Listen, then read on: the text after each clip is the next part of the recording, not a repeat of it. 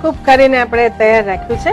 હવે આપણે લેમ્પ કરવો છે, એટલે અંદર આમ રાખી કાકડી લઈએ છે. કાકડી કે કઈ બી લઈ શકો, કોઈ બી સીધું રહી શકે, કારણ કે મારી પાસે નાની મીણબત્તી છે. ખોટી હોય તો કઈ ના મૂકવું પડે તમારે.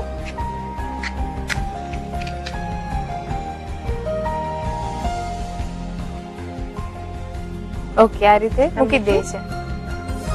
એટલે પછી આપણે એકવાર ગોઠવી દે તો આપણે કઈ આ જે તરબૂચનો ને જે સ્કૂપ કર્યું છે, આ એઝ ઇટ ઇઝ કેટલા દિવસ સુધી સચવાઈ રહે છે?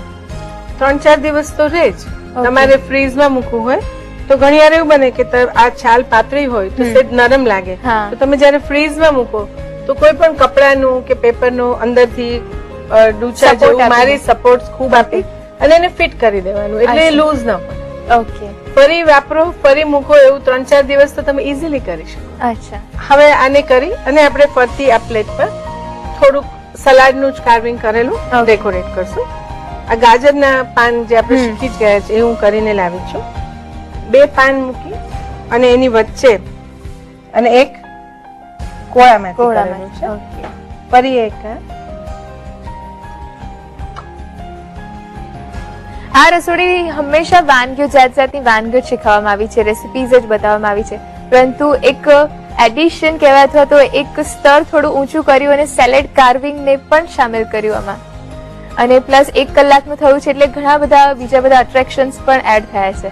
રસોઈમાં આપણે ઘણા બધા એક્સપર્ટ્સ પોતાની એક્સપર્ટીઝ થી બધી વાનગી બતાવે જ છે, પણ રસોઈ કરી અને ડેકોરેટ કરવું એ અત્યાર સુધી જે પોતે સહેજ કરતા હોય એ જ રીતના હતું. સલાડ કાર્વિંગ ની રીતે બતાવવાનો જે મને મોકો મળ્યો છે, અને બીજું કે રસોઈ શો માં પણ એક નવું એક એપિસોડ જેવું કહેવાય કે કંઈક જુદું રસોઈ કરતા, કે જે જરૂરી તો છે જ.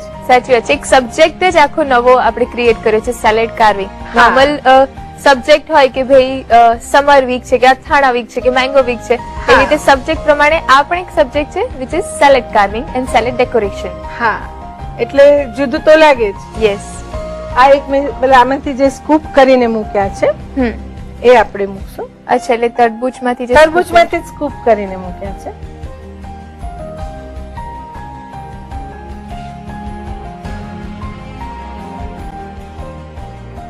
લાલ કલર માટે લાલ મરચામાંથી ફૂલ બનાવ્યા છે. એ તો એવું જ લાગે છે કે એકચ્યુઅલ ફ્લાવર્સ જ છે. નાના લાલ મરચા મેં લીધા છે, એટલે નાના નાના ફ્લાવર્સ હોય એટલે રેડ કલર ના બિયા છે, તો અંદર દરેક ફૂલમાં જે હોય અમે રાખ્યા જ છે ખાસ કે દેખાય તો સરસ લાગે એમ.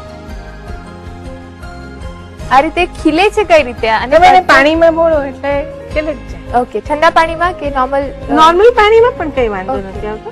ઠંડા પાણીમાં કરવાથી શું થોડુંક એની ટાઈમ સ્પાન ઓછો જોઈએ. અચ્છા, સેમ એ રીતે ડુંગળીના નાની નાની ડુંગળીના ફૂલ કર્યા છે.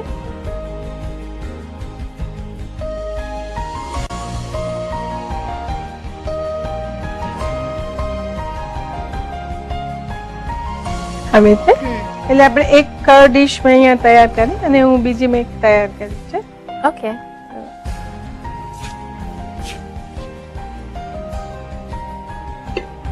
એટલે આ રીતે પણ કરી શકીએ છીએ. આ રીતે પણ કરી શકીએ, અને એકલું એક પણ મૂકો તો બી ચાલે. આપણે દીવો કરી લે.